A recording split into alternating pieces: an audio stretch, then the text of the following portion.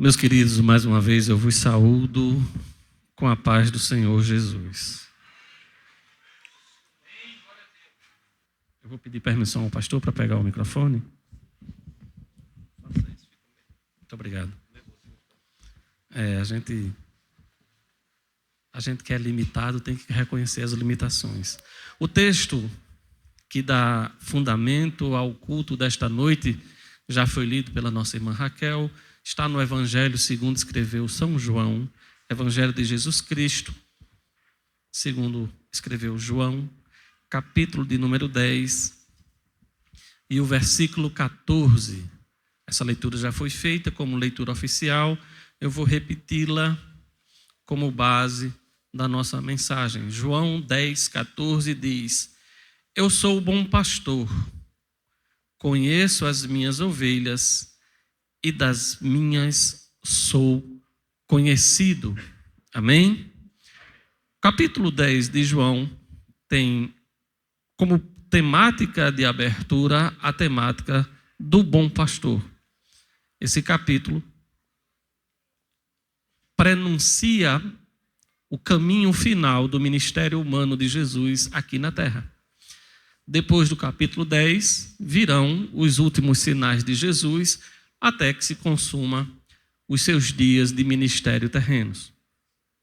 Esse capítulo 10 de João, irmãos, ele não é um texto isolado, como não é nenhum texto da Bíblia. O capítulo 10 de João é uma resposta de Deus ao capítulo 34 do profeta Ezequiel. No capítulo 34 do profeta Ezequiel, existe uma constatação de um problema que se percebia em Israel.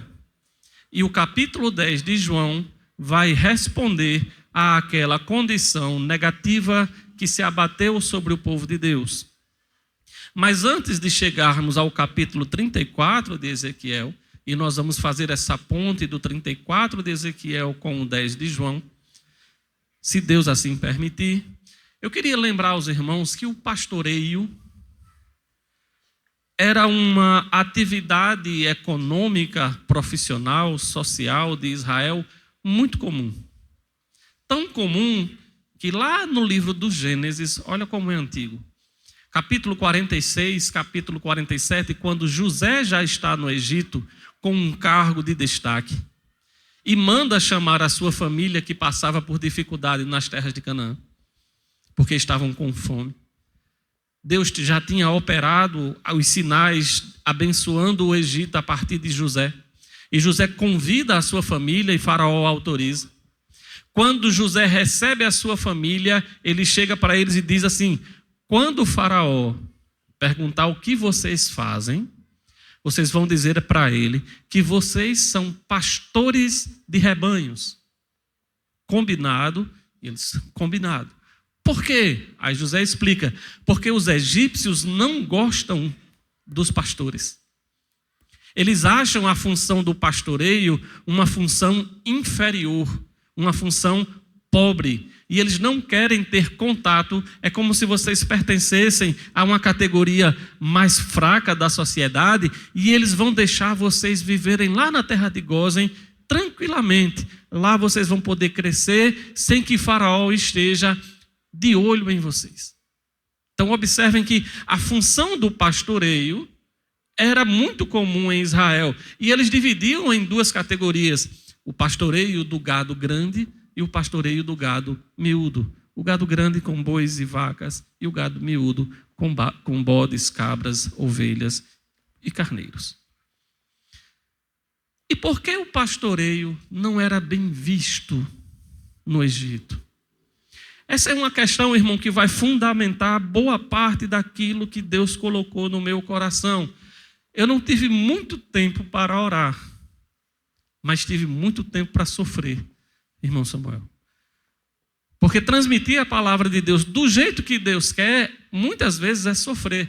Porque você fica: Jesus, o que é que eu vou dizer? O que é que eu vou dizer? O que é que eu vou dizer? Até que ele tenha misericórdia, não de quem vai falar, Mas por vocês que vieram de casa, num dia difícil, num dia que faltou água para muita gente hoje voltou a tomar seu banhozinho de cuia, porque as torneiras estão faltando, né? Matou saudade, a ducha elétrica hoje ficou para trás, era a águazinha fria caindo na cabeça, e você dando glória para vir para o culto, com dificuldade de lavar a louça, de fazer o jantar, de fazer o almoço, mas você está aqui. Aí o Deus do céu, que é fiel e bom, disse: eu não vou deixar faltar palavra para o meu povo, porque o meu povo precisa se alimentar da boa palavra.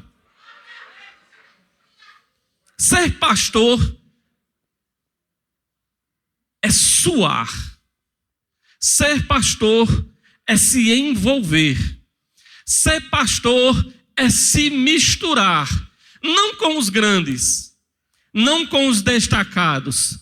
Nós aprendemos, pastor Joás, desde o tempo do pastor Antônio Fernandes das Chagas, e acredito que muitos dos irmãos que estão à minha retaguarda vão lembrar, que o pastor dizia que pastor tem cheiro de ovelha. Pastor que não cheira a ovelha, que não tem cheiro de ovelha, não pastoreia. E o que isso quer dizer? Que lá no Egito, esse trabalho do suor, de se misturar, de pegar a ovelha, de tirar a pedra que ficou engalhada na pata, de olhar se tem mosca dentro da orelha da ovelha, de conduzir ao pasto, de ficar olhando se ela não está se afogando, isso não é coisa de gente não, é muito sofrimento para pouca coisa, porque o que é que a ovelha vai lhe dar? É muito pouco, mas diante de Deus, quando você se dedica a acompanhar a ovelhinha, sabe que ela é fraquinha, sabe que está com a patinha machucada, mas traz para o colo, coloca no regaço, trata da patinha ferida, vai colocando o cheiro da ovelha em você, aí Deus vai vendo: estou achando ali uma liderança, estou achando ali um pastor, estou achando alguém que ama a ovelha e entende a necessidade do frágil.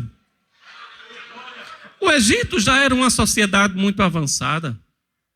O nível de construção, o nível de escrita, a qualidade social e econômica do Egito não se comparava. O povo de Deus ali, representado por Jacó, estava muito aquém. Socialmente, não chegava nem perto. De maneira que eles olharam e disseram assim: não, esse povo aí, manda lá para a terra de Gósen. Mas diga aí para a pessoa que está do seu lado: não importa para onde você vai. Diga com coragem: Deus vai com você.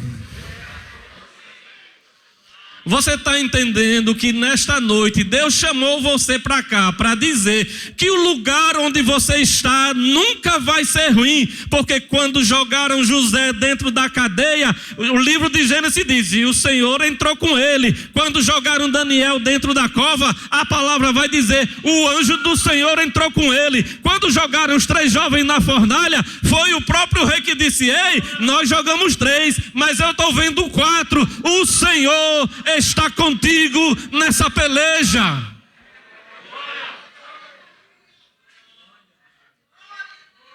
Pastorear. Pastorear é sofrer um sofrimento que não é seu. É do outro. E se você fizer uma pesquisa, não faça não, mas se você fizer, até o humor de quem pastoreia é afetado quando suas ovelhas não estão boas, não estão bem. Quando o pastor está envolvido na obra e percebe que tem uma ovelha sua sofrendo, ele sofre junto. Se você conhece algum pastor, ore por ele. Mas escuta o que eu vou dizer. Ore também pela esposa dele. Não é verdade, irmão? Porque a angústia que o pastor vai sentir, o silêncio que ele vai chegar dentro de casa, o mau humor que ele vai carregar, quem vai viver, quem vai vivenciar é a esposa. E é ela quem vai ter que deixar o feijão temperado, o arrozinho bem soltinho, a carne suculenta. Mesmo quando a nossa alma, o nosso espírito está abatido, nós precisamos de parceria, nós precisamos de companhia, nós precisamos de cooperação. Não existe pastoreio isolado. O pastoreio é uma ação que se faz em conjunto, seja de pastor com pastor, seja de pastor com liderança, seja de liderança com dirigente, seja de liderança com papai, com mamãe, com vovó, com titia. Se a gente se abraçar, o peso fica menor, a obra fica mais fácil, a recompensa é mais dividida entre nós. O pastoreio é uma coisa tão forte em Israel, que se eu perguntasse assim, um dos salmos mais conhecidos da Bíblia, 23. Eu acho que ele briga um pouquinho com o 91, né? Porque o crente, quando está com raiva, vai logo para o 91, né?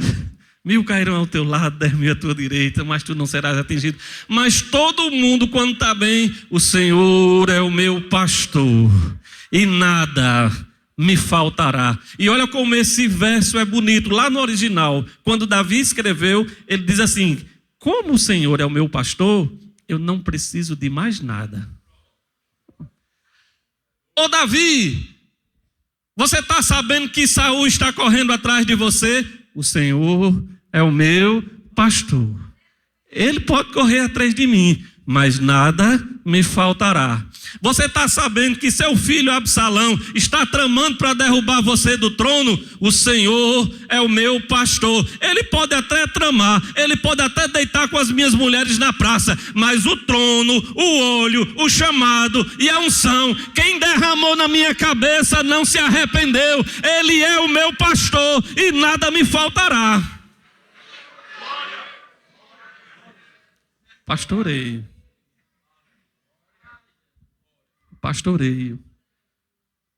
O que é que acontece no capítulo 34 de Ezequiel?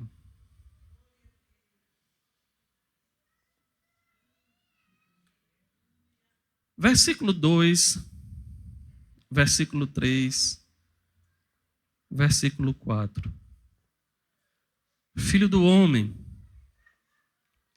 profetiza contra os profetas de Israel. Profetiza e diz aos pastores: assim diz o Senhor Jeová: ai dos pastores de Israel que se apacentam a si mesmos. Não devem os pastores apacentar as ovelhas? Olha a pergunta, pastor Felipe. E o verbo aí, gravem esse verbo: apacentar. Apacentar é um verbo que significa, traduzindo assim, na sua aplicação, quando a gente fala em apacentar, a primeira coisa que vem na mente, fornecer pasto. Fornecer pasto como? Guia-me às águas tranquilas e me faz sentar em pastos verdejantes. Só que no coração de Deus, apacentar não é só isso. Quer dizer que apacentar vai mais do que garantir comida e bebida? Vai. E aí eu digo isso olhando para os meus companheiros aqui. Porque quando Deus nos chamou para o ministério e quando separou vocês, tias, para tomarem contas das crianças, pastoreando, apacentar leva a um nível de envolvimento que eu consigo entender se a minha ovelha está bem ou não. Ela pode até estar gorda, ela pode estar com a lã em dia, ela pode não ter machucado na pata, ela pode não ter mosca escondida na orelha, mas a gente olha e diz: não está bem. Apacentar aproxima a alma do pastor ao sentimento da ovelha de uma forma que Jesus vai dizer lá na frente na Páscoa: A minha alma desejou muito celebrar esta Páscoa com vocês. Sabe por quê? Porque o bom pastor, ele é capaz de dar a vida por suas ovelhas. Não é simplesmente uma questão de deixá-la bem, não é uma questão de vestir bem, não é uma questão de alimentar direito, é uma questão de dizer: para a promessa que você está marchando, se for preciso a minha vida ser apresentada, eu vou colocar a minha vida em risco. Mas o Senhor prova isso na Bíblia ou o Senhor está só filosofando? Davi chegou diante de Saul. Israel paralisado porque um homem, tudo bem que era um homem diferente. Não é todo dia que a gente encontra alguém com 2,96 metros de altura. Graças a Deus por isso, né? Querendo brigar. E sabendo brigar. 2,96 metros de altura era o que media aproximadamente Golias. A lança de Golias, a ponta da lança de Golias, assustava já pelo tamanho e pelo peso. E ele era campeão. Eu sei que os irmãos tanto leem a Bíblia quanto assistem desenho infantil, bíblico, filme bíblico, né? E eu fico às vezes triste, rapaz, porque nunca botam Davi como Davi era. Na hora que Davi se apresentou para falar com Saul, pastor, ele era um garoto de 15, 16, 17 anos por ali. Ruivo. A expressão que a Bíblia traz no original era assim: ele era mais bonito, ele servia mais para modelo do que para rei. Ele usa a expressão em inglês, ele chama de handsome. Alguém tão agradável que você gosta de estar perto para conversar, para bater uma foto. Porque quando a gente bate foto com gente bonita, parece que a gente pega um pouquinho, né? Nem que a gente se esconda assim. Davi tinha esse perfil. Aí Saul olha para ele, os irmãos olham para ele e dizem assim: mas você já olhou o tamanho do gigante que está ali? Vem cá, você consegue pelo menos vestir a roupinha de soldado? Aí foram botar a roupa de soldado em Davi, pastor. Eita, a roupa era dele? Não. Quando ele começou a colocar aquilo, rapaz, eu não sei andar com isso não. Pode tirar. Mas ele disse a Saul: meu pai me deixou tomando conta das ovelhinhas dele. E teve uma vez que veio um leão. Vocês estão entendendo o valor que vocês têm diante de Deus? Muita gente aqui nessa igreja nunca subiu ali nas salinhas para saber nem a estrutura. Graças a Deus, Deus deu a Mangabeira 1 essa condição de ter salas específicas para as faixas etárias. Não é todo lugar que tem. Mangabeira 1 pode oferecer isso. E Deus tem feito um milagre em Mangabeira 1. Diga isso a quem não está congregando aqui. Diga assim: quanto mais o pastor Felipe faz sala, mais falta sala. Você está entendendo? Quanto mais sala se faz em Mangabeira 1, mais falta a sala. Foi preciso hoje a escola dominical de Mangabeira 1 ocupar uma parte da escola que está aqui ao lado, porque já foram feitas mais 3 salas e ainda estão faltando 3 salas. E eu pergunto, pastor, vamos fazer as 3 salas? Porque fazendo mais 3 salas, chegam mais 60 alunos. Chegando mais 60, a gente faz mais 3 salas. Aí chegam mais 100 alunos. E daqui a pouco, esta boa palavra, a palavra da verdade, vai ocupar o coração de toda a igreja. E a escola bíblica, o culto infantil de Mangabeira 1, vai ser impactante na formação dos nossos jovens. Porque esse culto não é um momento para os pais ficarem sem os filhos para poderem assistir o culto. Aquele culto que acontece ali em cima é a engrenagem que vai sendo trabalhada para você ver seu filho crescer e se transformar presbítero da congregação. Aquele culto infantil é a engrenagem que prepara sua filha para ser liderança, para ser cantora, para estar no jogral, para estar anunciando, para estar blindando a mente contra a ideologia do inferno que está lá fora. Vocês estão apacentando a vocês mesmos? Como é que eu posso olhar para você, que é pastor, e saber que você está dispersando as ovelhas? A pergunta de Ezequiel 34 foi uma pergunta que incomodou muito o coração de Deus, ao ponto dele dizer assim, no versículo 8: Vivo eu, diz o Senhor Jeová, que porquanto as minhas ovelhas foram entregues às rapinas, as minhas ovelhas vieram a servir de pasto a todas as feras do campo, por falta de pastor, e os meus pastores não procuraram as minhas ovelhas. Antes, apacentando-se a si mesmos, deixaram de apacentar as minhas ovelhas. Vocês percebem o quanto Deus está triste, porque aquele povo que cresceu com a referência de serem pastores, eles sabem a necessidade da ovelha. E por que é que a ovelha é tão destacada por Israel? E por que a ovelha é tão destacada aqui pelo Senhor?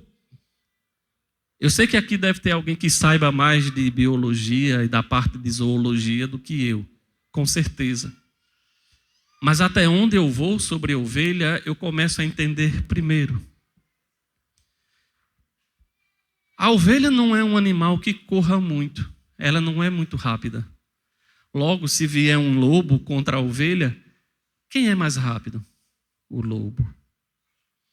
A ovelha também não tem muita força nas patas para poder saltar muito alto.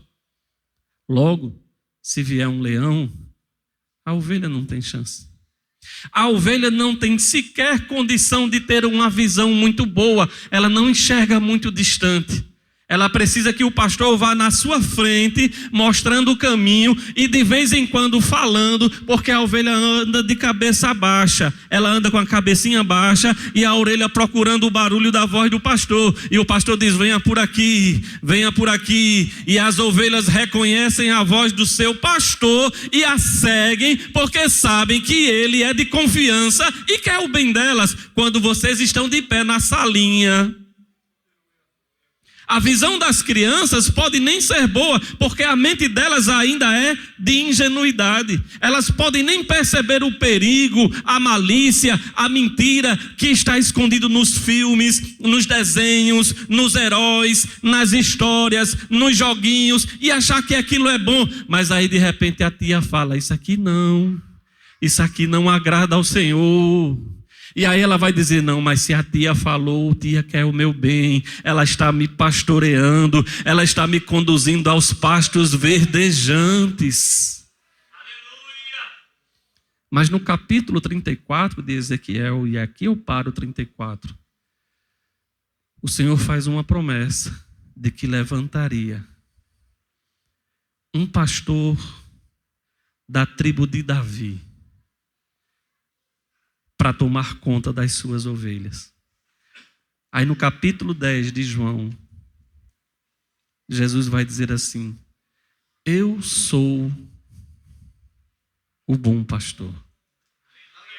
É como se ele tivesse escutado aquela profecia do capítulo 34 de Ezequiel, dizer, olha, eu sou a resposta que Deus mandou para vocês. E essa palavra, o bom pastor, essa construção que está aqui, essa perífrase, essa locução adjetiva, quem gosta disso, né? Essa palavrinha, o adjetivo bom, lá no grego, kalos, não quer dizer apenas bom, do jeito que a gente entende, não, tem o ruim e tem o bom. Não, não é oposição a isso. Essa palavra quer dizer assim, eu sou o pastor que preenche todos os requisitos que Deus disse que um pastor tem que ter. Essa palavra, bom pastor, significa, eu sou o pastor do jeito que meu pai planejou. E do jeito que eu fizer, você pode imitar, porque se você imitar, vai estar fazendo do jeitinho que meu pai quer que você faça com o povo que é dele.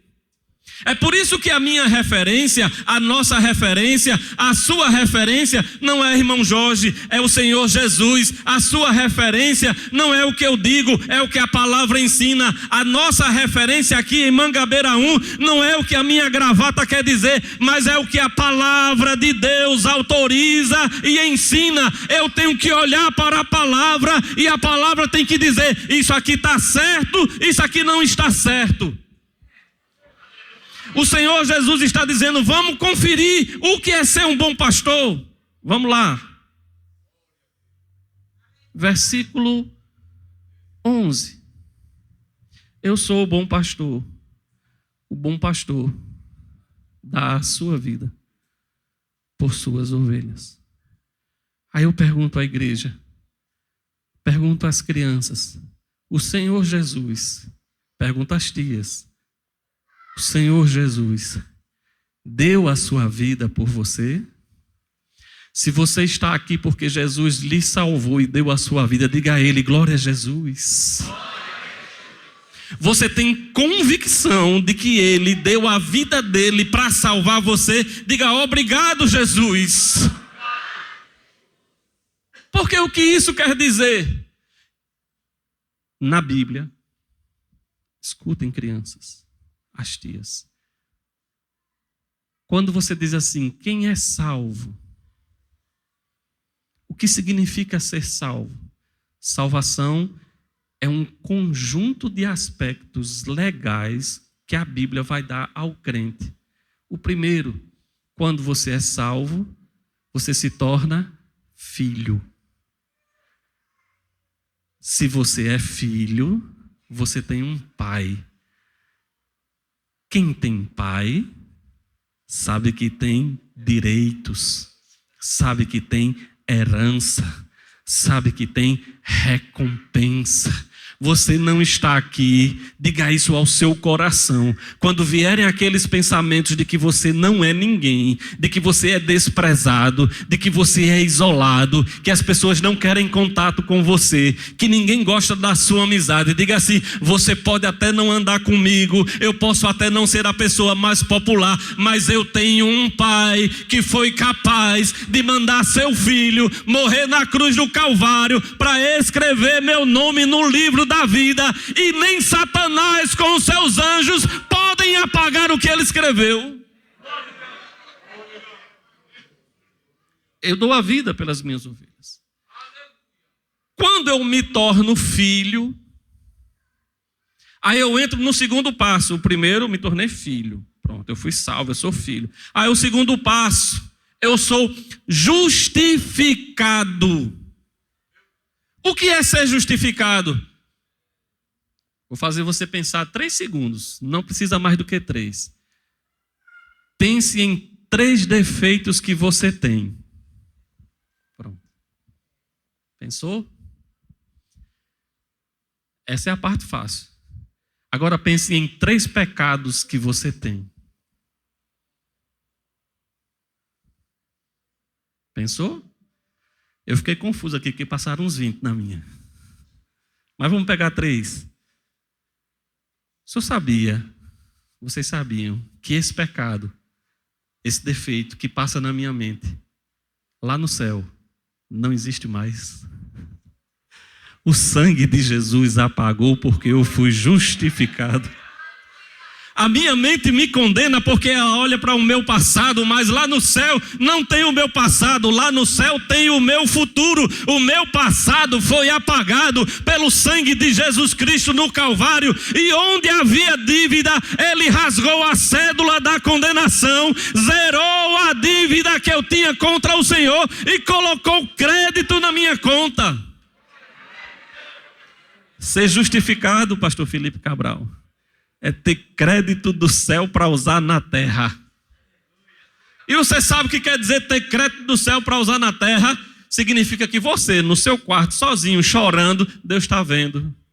Significa que você, às vezes, no meio de uma confusão terrível, sem ter o que dizer, o Espírito Santo chega e diz: diga isso, que quem vai resolver sou eu. Aí você traz a resposta e a confusão é desfeita. Sabe o que é ter crédito do céu na terra? É chegar na casa de quem está enfermo, pastor de Assis, tirar o óleo da unção, colocar no dedo polegar direito, colocar sobre a cabeça do enfermo e dizer: enfermidade, na autoridade do nome de Jesus, saia em retirada, e a enfermidade é repreendida.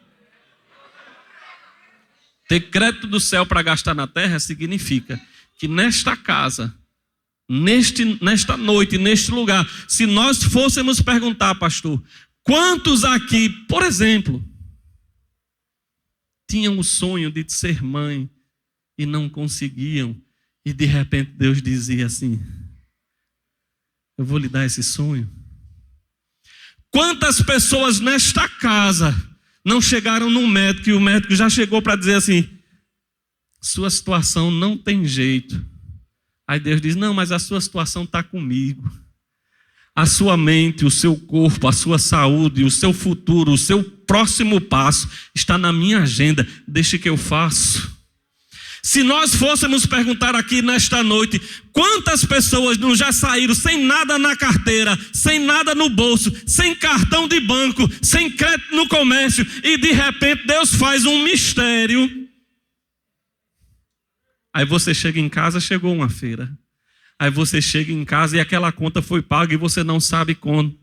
Na última quarta-feira, o pastor Diego Rafael estava aqui dizendo que a esposa ligou e disse assim: querido, eu quero que você faça uma feira para a gente que está sem nada em casa. E ele chorando, sem dizer a ela, porque também estava sem nenhum tipo de recurso. E Deus disse: entra no banco. Ele disse: mas eu vou fazer o que no banco? Eu já deixei de entrar no banco faz uns 3 anos, porque toda vez que eu passo na frente, as máquinas começam a rir, dizendo: olha, lá vem o irmão, ele sabe que não tem nada para ele aqui, vai fazer o quê? Eu nem passo mais. Mas no dia que papai mandar, eu vou lá e boto o cartão de volta, quero ver. Aí o irmão foi e colocou o cartão, isso há muitos anos atrás, R$636 na conta. Deus do céu ainda cuida das ovelhinhas na terra. Tia, tios, departamento infantil, não deixem de ensinar para essas crianças que Jesus Cristo é o mesmo ontem, hoje e eternamente. Não há nada impossível para o nosso Deus.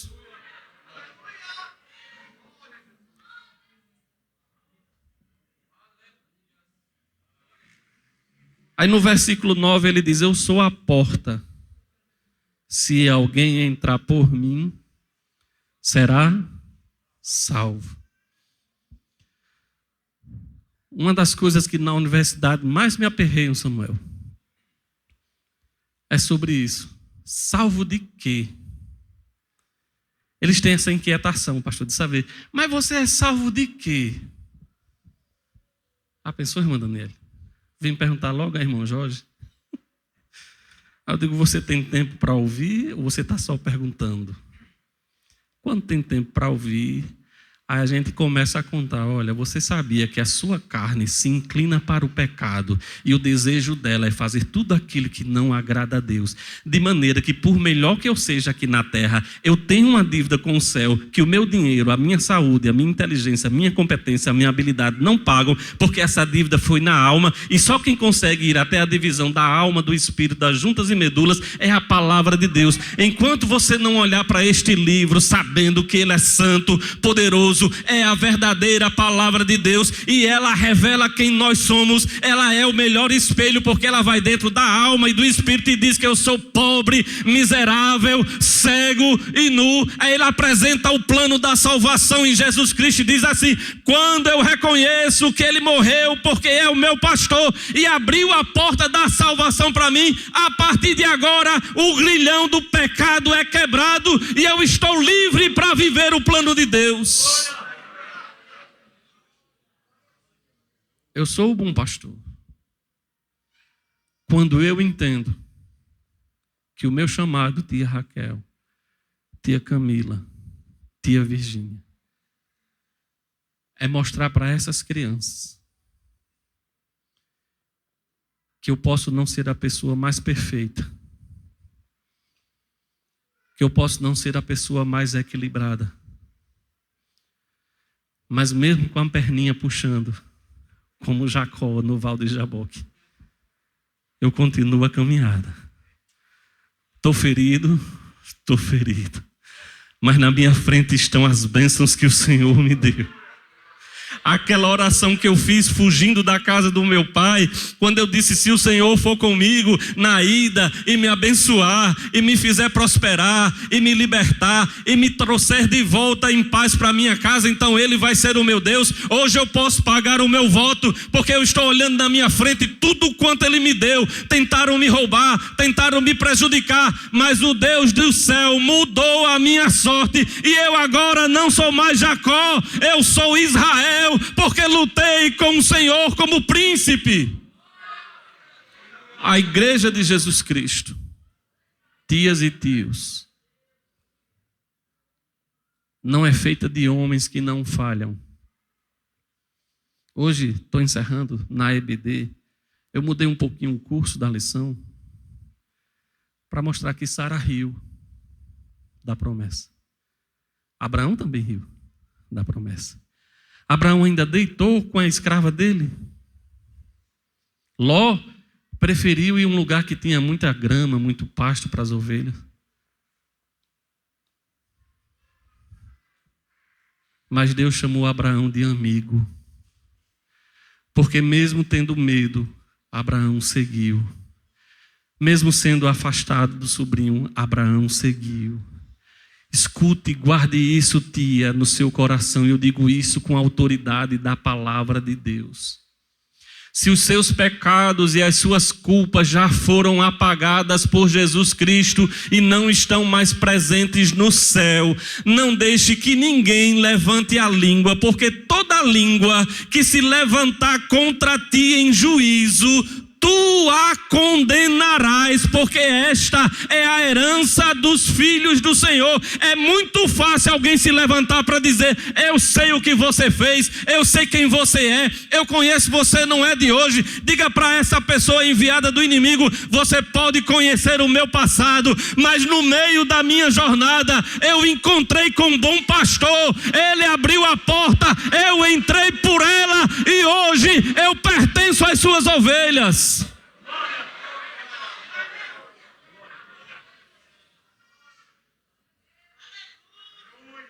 E Jesus termina dizendo: as minhas ovelhas conhecem a minha voz.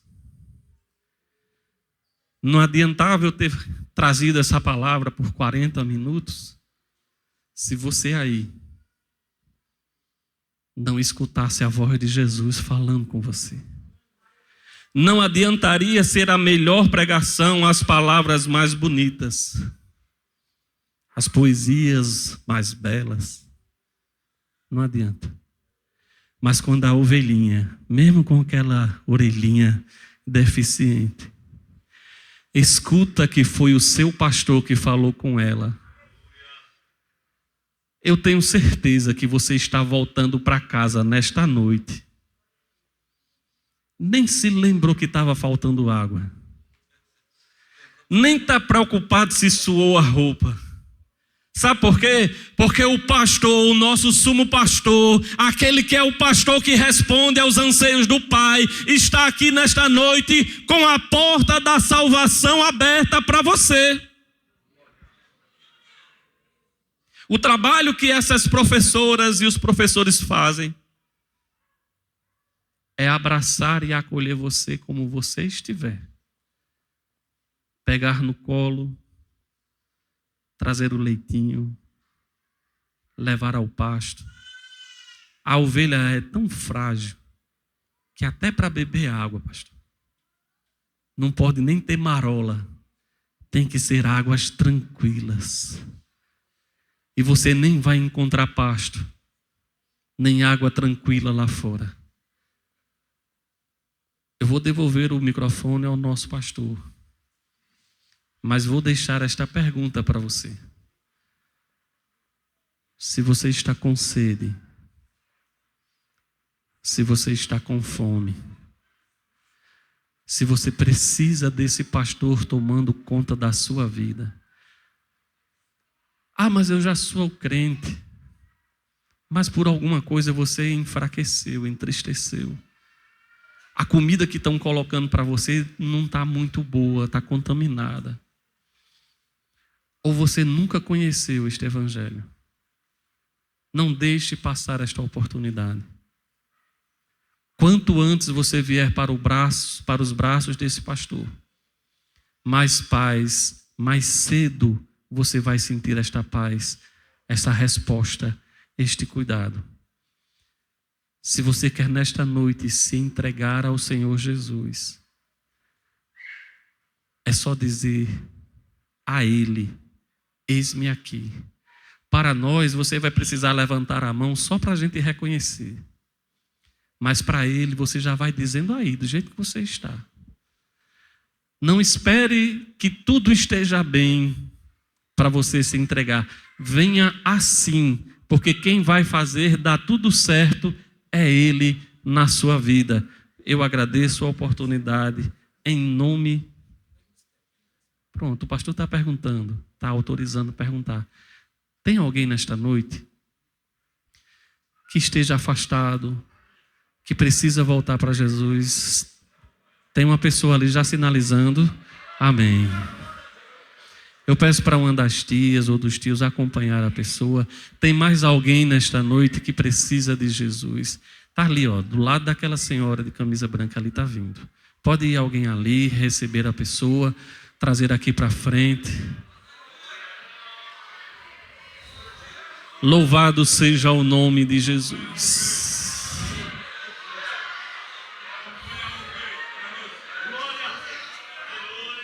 Seja bem-vinda à casa do seu Pai. Onde está a segunda pessoa nesta noite que precisa? Está vindo a segunda pessoa para a glória do nome de Jesus. Onde está a terceira pessoa nesta noite? Por favor, uma das tias, acompanhe a irmã. Sinta-se bem na casa do seu Pai. Ele está aqui para lhe ajudar.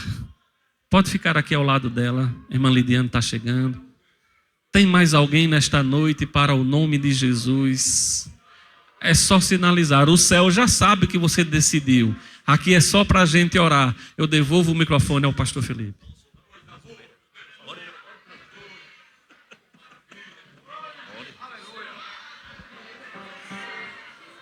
Tem mais alguém nesta noite?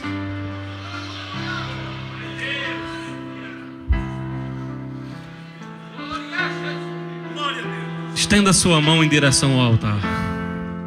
Pai,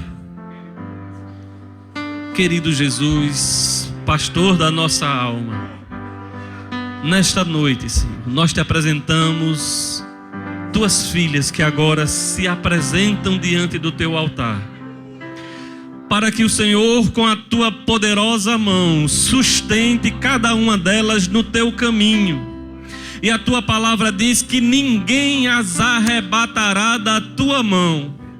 Dê a elas, Deus, a iluminação adequada, a alimentação sadia, as águas tranquilas, aquele abraço que só o bom pastor pode dar na sua ovelha. Que elas possam encontrar a resposta para as suas almas nesta casa, através da tua presença e do teu Espírito Santo. Seja conosco nesta noite, em nome de Jesus.